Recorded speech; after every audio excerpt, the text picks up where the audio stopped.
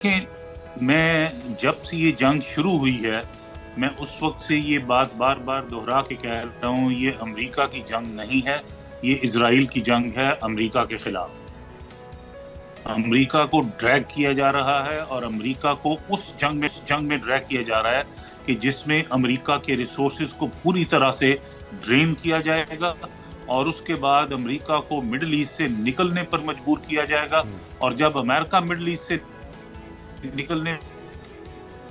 होगा तो उस वैक्यूम को रिप्लेस करने के लिए इजराइल जंप इन करेगा बिकॉज इजराइल का तो वो तमाम मिडिल ईस्ट शामिल है और ये वो तमाम मिडिल ईस्ट है जहां पे अमेरिका वहां पे मौजूद है और अमेरिका के अड्डे मौजूद हैं। इजराइल का ग्रेटर इजराइल का जो ख्वाब है, जो प्लान है, वो उस वक्त तक पूरा नहीं हो सकता जब तक मिडल ईस्ट से अमेरिका को निकलने पर किसी भी तरह स्ट्रेटेजिकली मजबूर नहीं किया जाएगा और यही वो गेम है जो इजराइल और नेतन्याहू खेल मलिक साहब, ये गेम जिस तरह से आप इसका तज़किरा कर रहे हैं, ये आपको भी नजर आ रही है, ट्रंप दुनिया भर में इसका तज़किरा भी हो रहा है, ये अमेरिका को, सुपर पावर को जिसके साथ ये खेल खेला जा रहा है, जिसे ट्रैप करके घसीटा गया इस जंग में, एक पराई जंग में, उसको ये चीज़ नज़र क्यों नहीं आ रही? और हम तो ये भी देख रहे हैं कि उनके असलहे के ज़खायर भी अब कम होते जा रहे हैं। सुपर पावर अगर उसके पास असलहे की किल्लत हो जाएगी तो फिर वो सुपर पावर कहलाने का तो हकदार नहीं होगा। तो ये सारा खेल जो अमेरिका के साथ खेला जा रहा है, ये उसे नज़र नहीं आ रहा, समझ नहीं आ रहा। बहुत खूबसूरत क्वेश्चन है, बिल्कुल देखें लॉजिकल क्वेश्चन है कि अगर जो मुझे यहाँ बैठे हुए न्यूयॉर्क में नजर आ रहा है तो वॉशिंगटन में बैठे हुए लोगों को नजर क्यों नहीं आ रहा? 100% नजर आ रहा है। लेकिन देखिए कुछ प्रॉब्लम ऐसी हैं, जिस तरह प्रेसिडेंट ट्रंप की प्रॉब्लम है कि जिस वक्त वो अपने दिमाग से सोचते हैं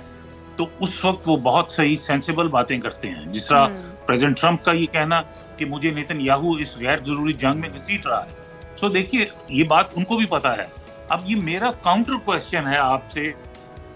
और आपके सारे व्यूअर्स से भी, वो क्या ऐसी मजबूरी है प्रेसिडेंट ऑफ यूनाइटेड स्टेट्स की कि एक दिन पहले तक वो बहुत लॉजिकल और सेंसिबल बातें करते हैं और एक दिन बाद, मुलाकात के फौरन बाद, वो इस जंग में दोबारा कूदने पर मजबूर हो जाते हैं? ये कुछ मजबूरियां ऐसी हैं जो मैं नहीं जानता, जो आप नहीं जानते, हो सकता है हम जानते भी हों, लेकिन हम खुल के बात नहीं कर सकते इन पे। लेकिन ऐसा ही है और ये वो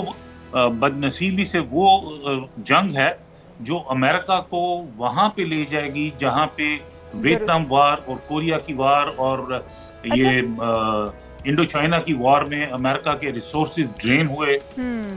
जी बिल्कुल सही कह रहे हैं मलिक साहब, और काफ़ी हद तक तो अमेरिका ड्रेन होता हुआ भी नज़र आ रहा है। लेकिन जिस तरह आप भी कह रहे हैं कि कुछ ऐसी मजबूरियां रही होंगी डोनाल्ड ट्रंप की, सुपर पावर की, जो कि उन्हें फिर से जंग में कूदने पर मजबूर कर गई। लेकिन उन मजबूरियों की अगर बात की जाए तो एक तो कहा जाता है कि बहुत ज़्यादा हद तक जूइश लॉबी जो है वो सपोर्ट करती है, फाइनेंशली भी अमेरिका जो उसके ऊपर डिपेंड करता है। और दूसरा, अभी जो मामला एप्स्टीन फाइल का निकला था उसको भी दबाने के लिए शायद यही एक हरबा है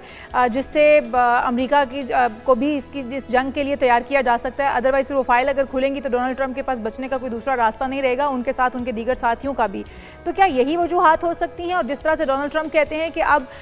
फौजियों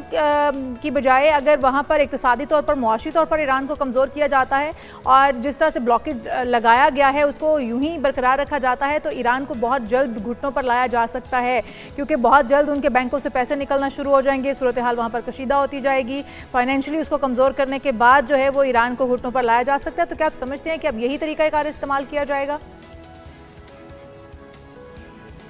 इशाल,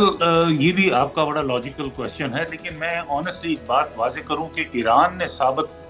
कर दिया है कि 25-30 साल के ब्लॉकेड के बाद, इतने अरसे के 3 दहाइयों की पाबंदियों के बावजूद ईरान ने न सिर्फ सस्टेन किया है, ईरान ने अपने आप को फाइनेंशियली इतना एस्टेब्लिश किया है इन तमाम तर पाबंदियों के बावजूद कि आज वो दुनिया की वाहिद सुपर पावर के साथ और पूरे मिडिल ईस्ट के साथ वो उनको जंग को उनको न सिर्फ फेस कर रहा है, बल्कि कभी कभी तो ऐसा महसूस होता है कि घुटनों के बल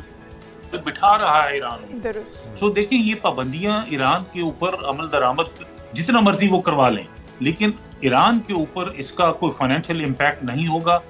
बिकॉज इस वक्त ईरान के पीछे चाइना भी खड़ा है और ईरान के कुछ और वो तस्लीम नहीं करते, और उन्होंने पहले भी फॉलो नहीं किया। इस वक्त जो चाइना की जो 50% 60% जो एनर्जी की जरूरियात हैं वो ईरान पूरी कर रहा है। पाबंदियां आप लगा लीजिए, तेल ईरान का बिक रहा है, पैसा ईरान के पास आ रहा है, ईरान की जरूरियात पूरी हो रही हैं, ईरान की जंगी जरूरियात भी पूरी हो रही हैं। सो मैं समझता हूं कि ये पता है, अमेरिका को भी पता है कि ये फाइनेंशियल पाबंदियां वो नहीं काम करेंगी। लेकिन दूसरी तरफ जो असल वजह है वो नेतन्याहू का, और जिस तरह इशाल ने कहा कि ये एप्स्टीन फाइल भी एक रीजन है, हो सकता है कुछ और भी अपने मसले मसाइल हों, और जो जूश लॉबी है जो अमेरिका के अंदर इतनी स्ट्रांग है कि वो सिटिंग प्रेसिडेंट को भी मजबूर कर देते हैं अपने फैसले तब्दील